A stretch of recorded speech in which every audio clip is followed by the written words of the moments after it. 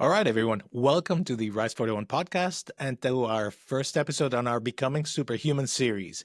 I'm your host, Gonzalo Herrero, and today I'll be presenting the first in a series of modules that show you the exact steps and practices I utilized to achieve my almost 100-pound weight loss and fitness transformation. To be 100% clear, the objective of the plan is to teach you repeatable, achievable lifestyle habits and behaviors that will not only get you to the fitness level that you want, but to be able to sustain that progress indefinitely, which is the key part. This is everyday practical advice you can start applying immediately. It's true everyday biohacking, if you will. So you can check the notes below in the episode if you want to get a free PDF copy of the entire plan, not just this module, but the entire plan. Just simply click the link and you can follow the instructions to get your copy for free. No gimmicks, no nonsense, no catches, no emailing lists, none of that. You can start changing your life for the better. Just read it, and if you can utilize this advice, hopefully, to help you improve and to achieve your goals, that's the idea behind this one. So with that out of the way, let's get started with the first module, which is nutrition. So, when it comes to nutrition, let's get started with the basics. So first, a quick introduction. The basics of healthy nutrition revolve around providing the body with the essential nutrients it needs to function optimally while managing your intake to support your personal health goals. A balanced diet includes macronutrients, proteins, carbohydrates, and fats, along with vitamins and minerals. Prioritizing protein is crucial because it helps repair tissues, build muscle, and support overall metabolic functions. And protein also has a higher thermic effect, which means that your body burns more calories digesting it compared to fats or carbs. And this, of course, can help with weight management. So counting calories is important to start. I know it's inevitable. At least when you get started, you will have to learn how to count calories, and we'll discuss how to do that. There are ways to do it where it becomes a lot easier and more intuitive as we go. But let's not get ahead of ourselves. So counting calories is important, though, because it allows you to understand how much energy you're consuming relative to how much you're burning. So when you consume more calories than your body needs, the excess is stored in fat, leading to weight gain. Simple, again, just laying out those ground rules. Conversely, if you consume fewer calories than your body requires, you'll begin to burn fat for energy, which will lead to your weight loss. By prioritizing protein and tracking those calories, that's the start, that's the foundation, the big rock that you have to learn, the big rock that needs to move. You can create a structured approach to managing your health and weight, ensuring you meet your nutritional needs while maintaining control over your intake. This empowers you to make informed choices that align with your goals, whether that's losing weight, gaining muscle, or maintaining overall wellness. So first, quick hacks. Like I said, the idea of these modules is for practical advice that you can utilize every day. So here are a few practices, ideas, quick hacks, if you will, to help you on your path. So if the objective is weight loss, which is what most people who reach out to me are interested in initially, here's some quick behavioral hacks that will help you get started. And these behaviors by themselves will promote better nutritional habits and outcomes, even with no other changes. So number one, eat whole foods at least 80% of the time. I can't stress this one enough. What does this mean? So no food that comes from a box or a bag. Usually those are ultra processed foods and hyper palatable foods that are designed to be, well, like I said, very tasty and hyper palatable, making it easy to overconsume. It's very easy to eat way more and not be satiated of these foods, which of course will affect your calorie intake. So they're full of additives that are also usually not very healthy for you. So if you can avoid it, odds are you'll be far more likely to control your appetite as you lose weight, because part of the game is controlling that appetite, which in turn will make it easier for you to make the healthier decisions that you need to make. Number two, no distracted eating. Studies show that you will overconsume by 10 to 20% per meal. That's per meal. If you're distracted by your phone, TV, if you're not mindful and in the moment. So practice mindfulness when you eat. Be present and aware. Pay attention to that. If you have people around you, that same thing. You can have that conversation that won't detract from this. But mindless scrolling through your Instagram or watching YouTube videos or your TV or a podcast, even like this one, it's probably not what you want to do while you're eating if you want to be very careful about your intake. Next, implement some environmental changes. Modify the environment to support your new behaviors. So, for example, remove triggering foods from the home and allow yourself to eat them. Only making an effort to purchase them can create a barrier, aiding in better control over impulses. For example, don't say, I can't ever have ice cream. Okay. A better strategy would be to not have ice cream in the house. However, if you really want it, go to the store and buy it. Go out to the ice cream shop, because this will create a small mental buffer and difficulty that might make it easier for you to reconsider. You might be like, well, I really don't want to get dressed and throw my shoes on and get in the car and go get that ice cream. Really, it's not that important. So this way you have that barrier and mental buffer, which is easy for you to change your mind and make the healthier choice. And you don't create an unhealthy relationship with food in the process, because that's very important that we start thinking of food not as good food or bad food. It's just food. It just has different values, different caloric and macro information that you need to be aware of before you consume it. That's all. There's no such thing, like I said, as bad food. You can create a caloric deficit one afternoon if you know you're going to overindulge later in, quote unquote, bad foods. You want to keep a healthy relationship with food.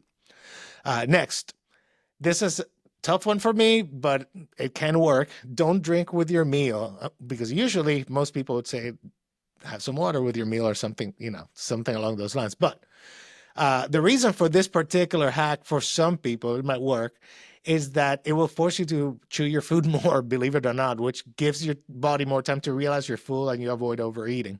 So by not having that water that makes it easy to swallow larger pieces of whatever it is that you're consuming, it kind of slows you down naturally, right, intuitively, without having to consciously slow down. Which again will help you with satiety, right? It'll allow your gut to send a signal to your brain like, hey, I'm full, I'm good, which is what you want. So conversely, drink a glass of water before your meal. This will make you feel fuller faster when you actually eat. So you almost like prep, right? By having a good glass of water, and we all need hydration. Hydration is critical to your health. And we'll get into that later too. Focus on your protein first. So even if you're not ready to track protein, on the grams and all that good stuff, at least eat your protein first in your meal and include a protein with every meal if possible. You'll be satiated faster because protein is very satiating compared to carbs or fats, like we said before. And also, when choosing your food, try to make protein the centerpiece of that meal. So whatever that meal is, have your chicken, your fish, steak, whatever it is, but have that be the center. Some people recommend a minimum of 30 to 40 grams of protein per meal. That's a good guideline for some folks that require or feel better about having a little bit of structure. But the point being, the centerpiece of that meal should be the protein. Repeat your favorite healthy meals often. I know it's boring. Being healthy is usually really boring, but it is the quote unquote price you pay. And this is the reason why we also try to be on track, say 80% of the time, but you leave that, 20%, maybe 90, 10%, to have things that we enjoy too, because you have to enjoy life. There has to be a balance. And again, we want a healthy relationship with food. We don't want to ever be like, oh, well, I don't ever eat that because it's terrible. Yeah. That's not conducive for a healthy relationship long-term with food and with nutrition. So repeating your healthy meals often. If you find meals that are healthy and work for you, stick with them, okay? Half the battle is predictability and trackability. It's when we improvise that we, oh no, now I don't know what I'm going to eat, so I don't have a plan, and what do I have available? And that's where problems can happen, especially if you're hungry, because then again, you're not going to make a 100% rational decision, right? You might tend to eat emotionally. So by doing this way, by repeating your favorite healthy meals, you have a far higher degree of control on your food intake and the quality of that food. So those are two things that matter that you should consider. Another one, I'm big on this one. This is one of my favorites. Every weekend, I know I probably drive my wife crazy doing this, but it works for me and sets me up for success over the week. And it's consider food prepping. So preparing food in bulk and planning ahead of time sets you up for success. You do the work once and have a few days of predictable, healthy meals ready to go, which will also help you avoid temptation when you're hungry and find yourself looking for something quick to eat. So by planning ahead, you set yourself up for success. Another one, create small, frequent successes. Emphasize small daily wins rather than ambitious, infrequent goals. Like this approach boosts motivation and makes the larger journey manageable.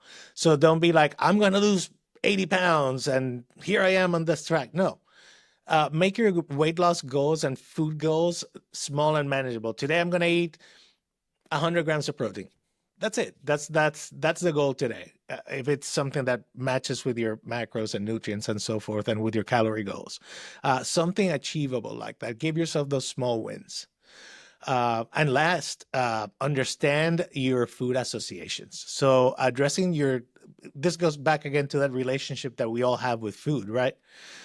Because food is crucial. And I remember a friend of mine saying one time, like food is harder to control and deal with for somebody who's addicted to food than, say, heroin. Because when you think about it, you don't need heroin to live. You have that addictive issue with heroin, but from a strict standpoint, you don't need it to live. You do need food to live. So you will be exposed to your source of addiction, if that's a problem that you may have, daily, because you have to eat to survive. So it's really important to understand those food associations, and addressing that deeper relationship with food is crucial for you to understand where you're at. Recognizing unhealthy food behaviors that may be rooted in past experiences and working to modify those associations through behavioral changes might be very good. All right, so how can I change my environment to support nutrition? Let's start thinking about the environment to set yourself up for success. A lot of the plans in these modules are about being aware of the issues so that you can prep in order to achieve success, right? To ensure your odds, always bolster your odds. Basically, I've always been one of those people that there is no such thing as a fair fight. There's preparation. Think of Batman. The way to success and to defeat your foes is to always be prepared, always have a plan when possible. So anyway, so let's talk about changing the environment to support your nutritional goals. So a few ideas to consider in order to set yourself up for success with your nutrition goals. So number one, remove those tempting foods. We talked about that earlier. One of the biggest mistakes people make is failing to change their environment. And this includes removing those heavily processed, highly palatable foods from your home. Simply being around these foods can make it very difficult to stick to healthier eating habits. You have to understand the companies that make these foods have teams of scientists whose sole job is to create really tasty, delicious, and I will say it, very addictive foods that we love. I mean, consider the fact that it takes, I think don't quote me on this, I'll probably be wrong, but I heard somewhere along the lines of 10 or 12 whole baked potatoes is what goes into making a single bag of potato chips. Now, think how easily you can eat an entire bag of chips. That's super easy. Eating 10 or 12 potatoes, that's going to be really tough. So that's how much change and the caloric and composition changes, even though they're both potatoes, once you add all the hyperpalatable, additional chemicals, additives, etc. They're delicious and they're engineered to be delicious. So you have to be very aware of that. And that's why it's good practice to remove those tempting foods, at least from your immediate environment. Next, communicate with the people around you. So communicate your new lifestyle changes to friends and family. Instead of asking for temporary adjustments like changing a meal because you're on a diet, don't do that. Explain that you're making long-term changes and seek their support. Most people will be very understanding, just so you know, especially the people that love you and the people that truly care about you. And the people that don't, well, I mean, not to be blunt, but why do you care about their opinion? This is about you and your health, right? So explain you're making those long-term changes and seek their support, and offer to bring your own healthier food.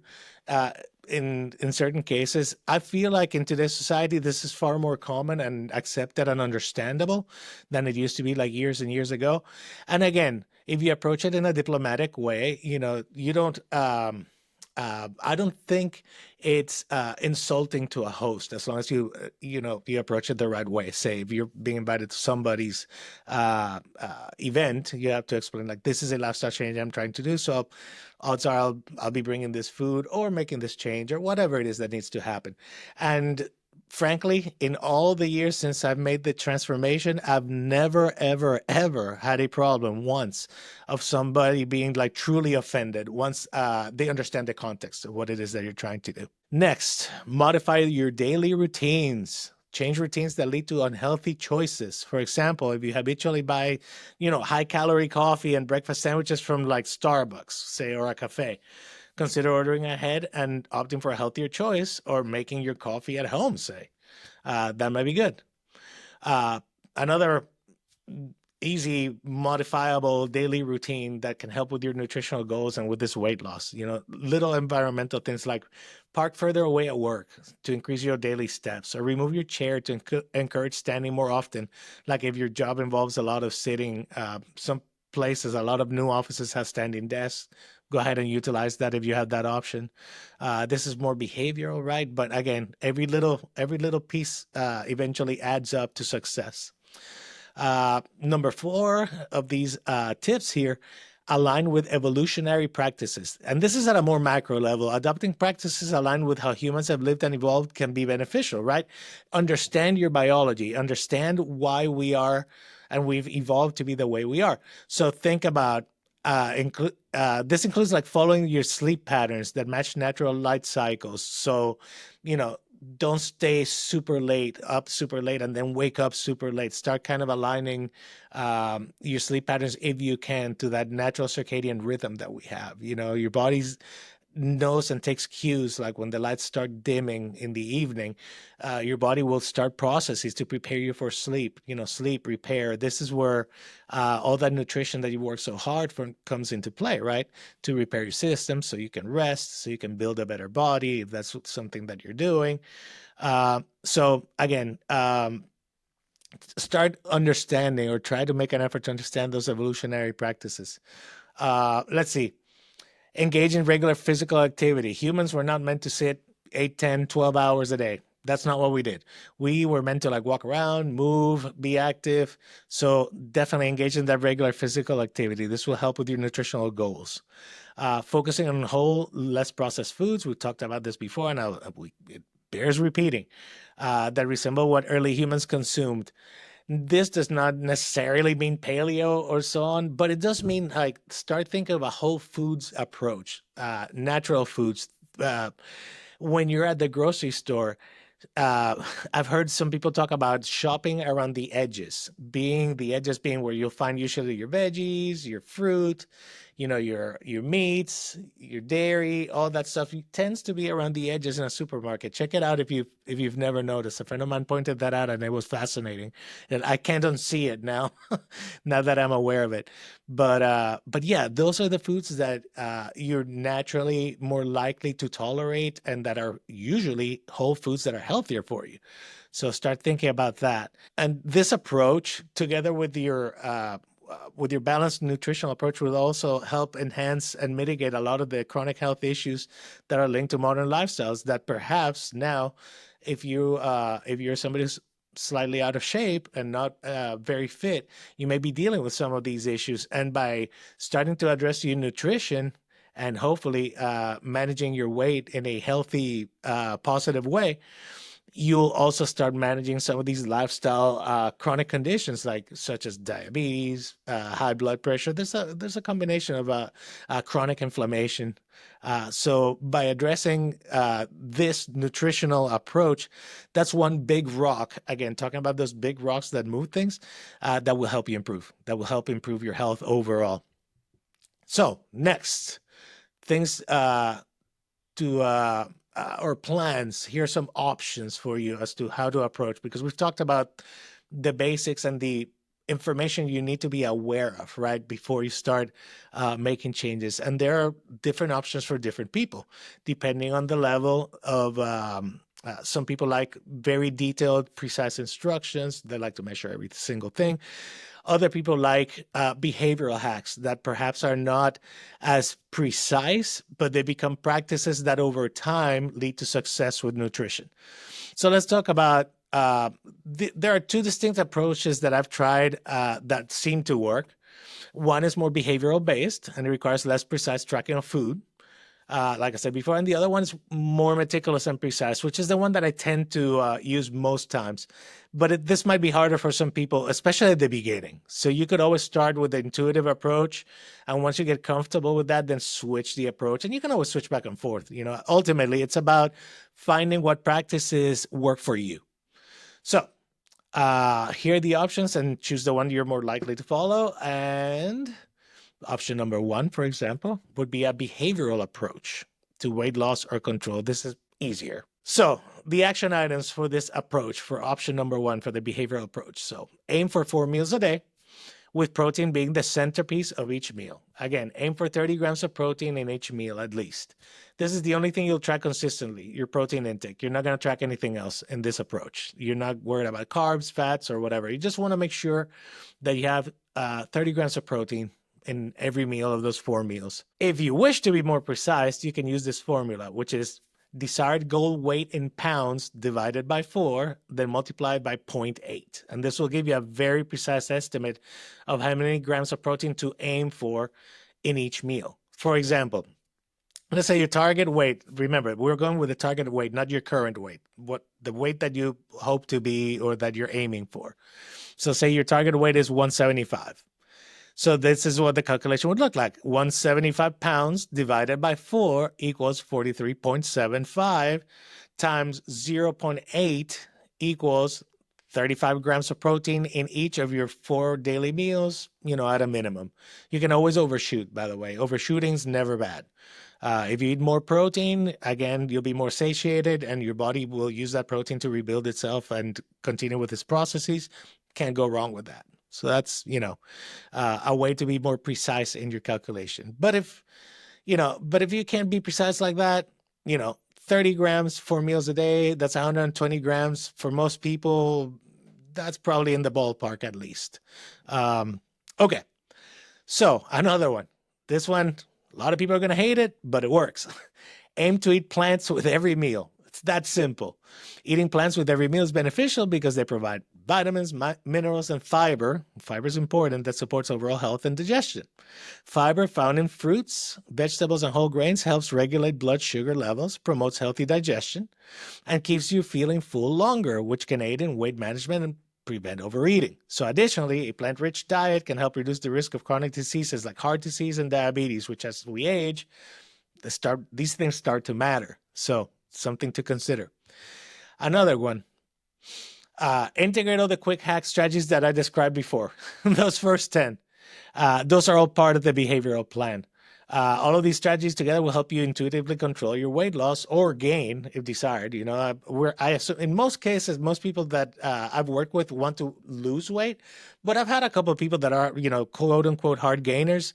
And in their case, it's how to get the calories that they need because it's hard for them to eat. They're people that just, they fill up very quickly and don't have enough of an intake. Or sometimes their lives are so active that they burn so many calories that even with a intake that another person might consider a lot, it doesn't work for them. So let's see. Another thing. This is important. Mindset. Aim for consistent good choices and not perfection. Like, do not fall victim to analysis paralysis. Everything has to be perfect, okay? All of these strategies, it's life is going to happen. So it's not reasonable or expected or even sustainable to attempt to do this 100% right all the time. Aim for 80-20 or even 90-10. Okay. If you stick to it 80% of the time, 90% of the time, you will see progress. It's like, be smart, about it, but enjoy life. Okay. If you have a birthday dinner, say that you're going to eat and you're going to blow out a surplus of calories, make sure to create a caloric surplus by eating lighter meals that day. Common sense things like this. Set yourself up for success, Another thing, last, Remember to check your progress, but don't obsess with the scale. This is really important. That is only one data point, and it's really important for you to understand this because you need to pay attention also to how you feel. Do you have more energy? Are you sleeping better? Those are signs that your health is and your nutrition is starting to be on point. How do you look overall? How do your clothes fit? Pay attention to these details because they will paint a better overall picture than just the weight on the scale. If you add resistance training and exercise to your routine, think about this. You could be adding muscle, especially if you're new to this. You'll have the quote unquote so called newbie gains, where you could be building muscle very quickly as well as losing weight. And then the scale might seem to be moving slower than it should. Remember, take a look at yourself. You will see it. You'll see the change. The scale might not move at all. Sometimes, like, oh my goodness, I did this thing and I'm doing the exercise and the scale, looks the same. Yeah, but how does your shirt fit? How do your pants fit? Start thinking about those other less tangible or less obvious benefits or markers that the needle's moving in the right direction. So keep that in mind. Again, do not live and die by the scale. This happens to too many people. Alrighty, now let's talk about the second option, calorie tracking, where we're diving deep. Now we're diving deep. Now we're diving into the more precise calculation, and this is what I usually do. Now, I will say this. Once you set it up, the setup might be a little difficult if you're new or a little annoying to do or but I'll try to explain it in a way that makes sense. That's easy to follow. And the cool thing is like once you set it up, then it's very easy to like adjust up or down as your health and nutrition goals change. If you need to like slow down your weight loss or even start gaining, weight or muscle, you can adjust it. So again, like any practice, at first it's a little difficult. It may require a little attention, but once you get it, it's really not that bad. I mean, I do this every day, and with tracking apps, modern tracking apps, it's almost effortless. You can scan labels for food and you can track things. You start repeating the same meals, then you already have a database built. You already know the calories and grams and all that. And those apps make it real easy to just add things like that. So anyway, let's dive into it a little bit. So the first thing you need to do is to calculate the number of calories you need to maintain, your BMR and your TDE, and then eat 300 to 500 less calories to lose fat, or add 300 or 500 more calories to build muscle. Say if you're exercising, if you're like at weight and you want to just support like that muscle building. Again, these are super generic numbers. As you get better and you learn your body and your nutrition, you might realize that you only need to add 100 calories, 150 calories to like start gaining weight, or lose 100 or 150 calories in order to lose weight. Everyone's different. So these are just guidelines to get you started. Like I said, I know we don't like it, but you got to start with that calculation. So first, there are some links, and you can find a TDE calculator. There are some links in the document that you can download with this guide below. Just click on the link if you want to get it. But you can go to Google and do something like calculate my daily calories, and you will find a million calculators to help you with this. So once you have that number, right? Again, really simple. Once you have that number with that estimation, if you want to lose weight, drop the number by 300 to 500 to start. Track how much you weigh currently, and start eating at that target. Okay, try to hit and get close to that calorie as much as you can. Next, you're going to want to monitor your weight as a trend, and I mean as a average trend. I used to do week by week. Losing 1 to 2 pounds a week is sustainable and great. And to keep your muscle, you don't lose muscle, because if you go too fast, you will lose muscle. This is what happens to people who do GLP-1s, and they lose a ton because they're actually not eating. So they're losing fat, but they're also losing a lot of protective tissue and lean muscle, which you do not want to lose. You want to keep that, okay? Because what you don't want to end up is being skinny fat, where you're skinny, but you have no muscle, and now you're in a worse place. Also, extreme fat loss like that, that's quick, can have an effect on your bones, on your bone density. I mean, there are a variety of metabolic reasons why you don't want to go too fast. So you want to have a pace of about 1 or 2 pounds a week is very sustainable. Some people can get away with 3 even, if you're morbidly obese, say you have a lot, then of course, there's going to be that. So be aware of that. Like, you don't want to do it too fast. You don't want to create such a 1,000 calorie deficit where like your body's literally eating itself. You want to keep your good lean muscle, that protective tissue, that strong tissue. So again, monitor your weight as a trend so that week by week overall. There'll be fluctuations from water, from sodium, from carbohydrates. As you hold more water, less water, your digestive tract. Bowel movements, that does make a difference on the scale. And try to be consistent when you track your weight, right? Try to weigh yourself under the same conditions every time so that you at least, like for example, at the same time of day. I usually do it at first thing when I wake up in the morning so that it's always like, I know it's like, I'm fasted. I just woke up. This is my baseline, if you will. It's an easy way to do it. So another thing, the most important thing to track, again, is your protein intake, almost as critical as your total caloric intake. And I'll explain that in the next section as to why. So most calorie tracking apps will allow you to specifically track your protein intake. Like that when you track a food, it'll have the proteins, carbohydrates, fats. You can ignore the carbohydrates and fats for now. Later on, once you're in shape and you have certain specific goals, then we can talk about, low carb, high carb, all that other stuff. But for now, make sure that you're tracking the calories and the protein. Those are the 2 things that you're going to need to do it. Don't overcomplicate it and set yourself up for success by doing this, okay? And last, integrate all the quick hack strategies just as before. Like I said before, all those behaviors apply here. You can do it. You can do it, and again, set yourself up for success so that you can always hit those caloric and protein goals.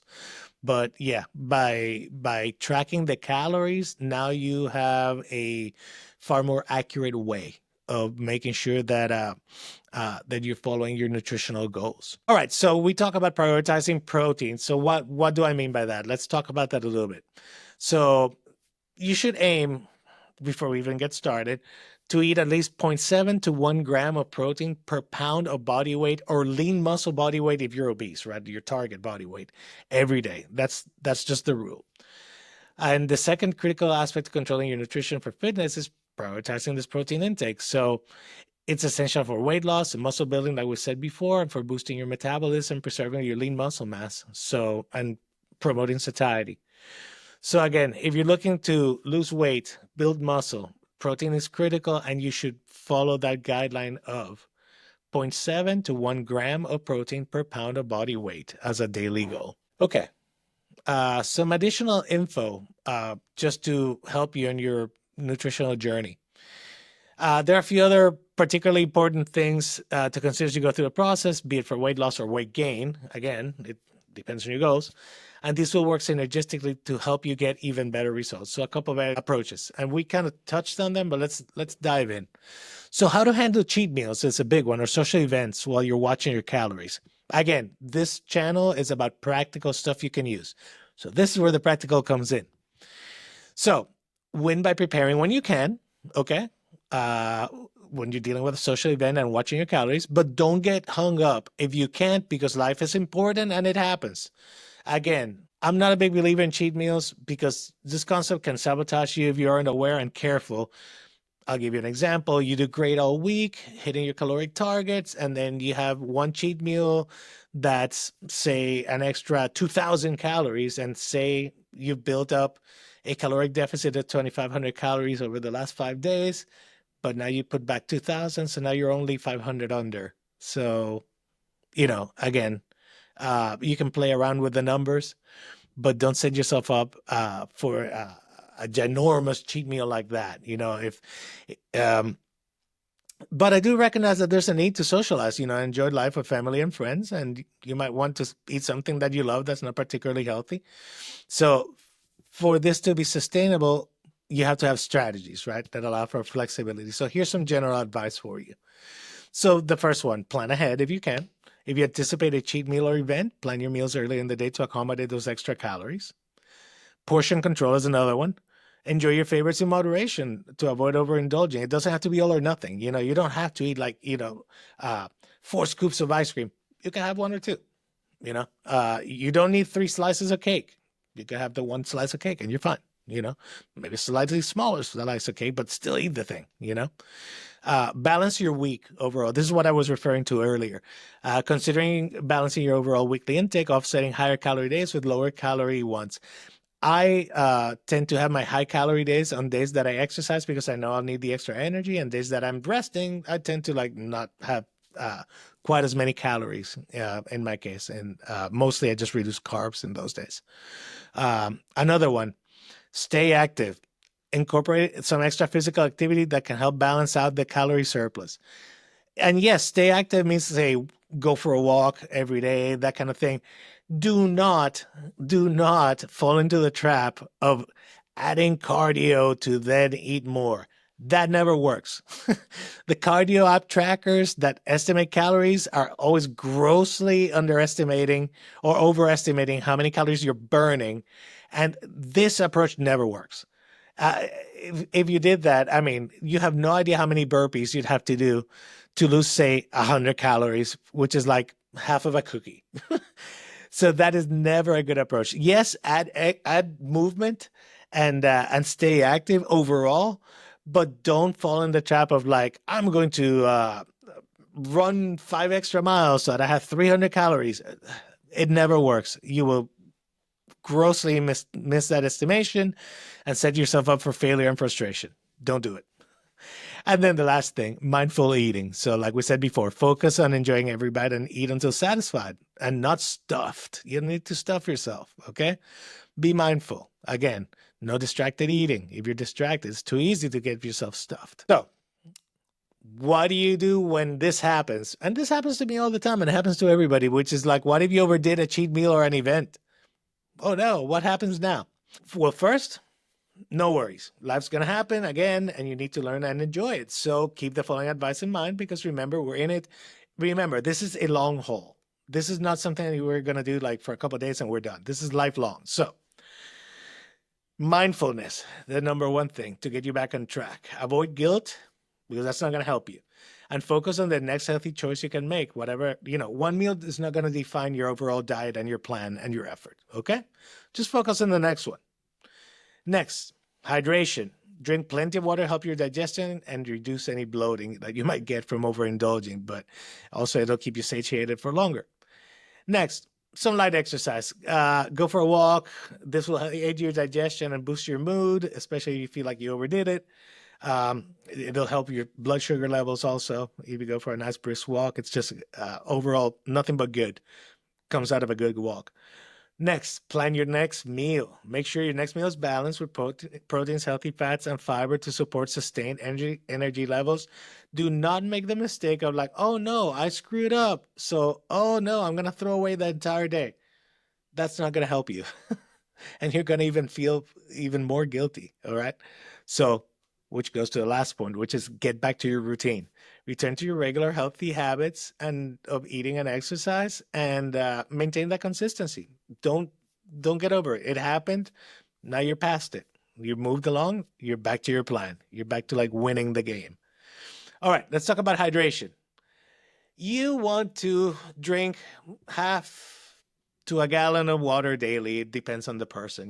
We could get into calculations, but most people grossly underestimate how much water they need every day and just don't drink enough. So if you're active, you definitely want to add to your hydration, and you want to watch those electrolytes too. So you may need up to a gallon of water if you're an active person. The exact amount depends on, again, activity level, climate, body size, specific goals.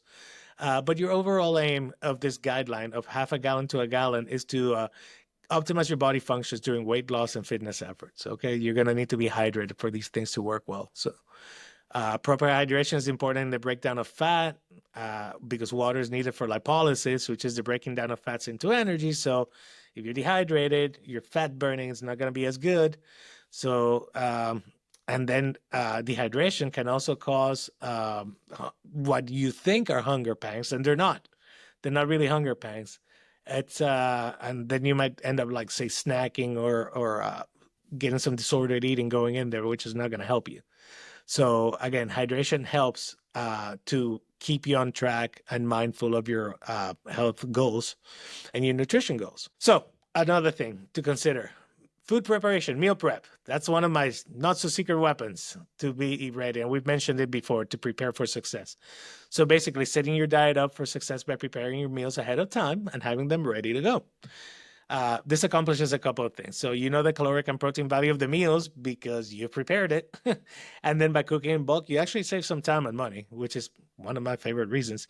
And number three, really, I should add this, is that you have food ready to go when you're hungry, which allows you to make better choices than if you got hungry and ended up grabbing whatever's available, which is going to be something might be unhealthy because of time constraints. You know, you got get caught out, you're hungry, you got to eat something, and then the only things around are fast food. Well, now you're gonna have to like either eat something that's unsatisfying, or you end up making a choice that's not, you know, optimal for your goals. So, uh, I'll give you an example of meal prep that I do. I usually grill a large pack of boneless and skinless chicken thighs. I make a pot of rice, grill out some veggies, and then store these in the fridge or freeze, depending on how long I'm planning to store. And then you can measure and pack everything in Tupperware. I prefer using the glass Tupperware now rather than the plastic one. There's a reason for that, and we can talk about about the influence of plastics in food and the potential leaching of chemicals that can happen when you reheat food in plastic containers. So I've been using glass ones. But again, you're ensuring that you have nutritional success by having these food sources available and ready to go for you. Um, so let's see how to handle more life events. We already spoke about that, but again, adjust your mindset. Scale is just a data point.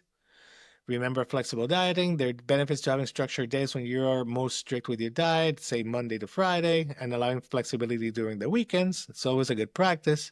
Again, we talked about creating caloric deficits if necessary in order to achieve those goals. We can do that. This relates also to that, you know, plan for indulgence. You know, instead of avoiding them altogether because you're going to live, you're going to go to a birthday party, there's going to be cake, there's going to be like, you know, some delicious meal with friends and family or some business clients, you know, that kind of thing. Plan for it. You know, there's a surprise event or meal. Adjust your intake earlier in the day or the week to accommodate the extra calories. No big deal, and then you'll be perfectly fine. It's the average intake over time that matters more than a single meal. So as long as you do that, you can adapt. Behavioral adaptations. We've talked about a good number of small behaviors that you can add uh, and that you can perform and start kind of like all together. Those small behaviors add up into like bigger changes that are good for you. And then stay on track with data when possible. I believe in being data driven. You know, when you track, you know, and be good about tracking, be diligent, be honest with yourself. You know, not tracking things, you're not lying to anybody except yourself if you're going to like ignore like the data. So if you can track, use the data to your advantage, and then you learn. And incorporating these strategies, you can deal with surprise events and meal challenges, you know, more effectively uh, than if you don't. So now that you have some solid advice for nutrition, let me know if you have questions, concerns, put them in the comments below. I'll be glad to answer anything you might have regarding health and nutrition. But this is the core and the base of the Becoming Superhuman plan, at least the nutrition piece of it. Our next item, our next module is going to be about rest, recovery, and sleep. We do have already an ultimate sleep guide that you can also find in the videos on this channel. You're welcome to like read that, but we'll do a dive into rest, recovery, and sleep next. And I'll publish that as soon as I can. So again, thank you for your time and attention. I hope that was helpful. Remember, you can get this entire guide. It's written out. You can get it for free. Click on the link below. I think all you have to do is like fill out a form with your email. We don't send out mailing lists or bombard your inbox with stuff. So don't worry about that. We only use that email in order to send you the PDF. And again, it is 100% for free. There's no commitment. Hopefully, some of you will find value in it and it will help you. So, with that, again, I'm Gonzalo Herrero. I'm hoping you found this helpful. And Rise 41 signing off. Have a great day, everybody.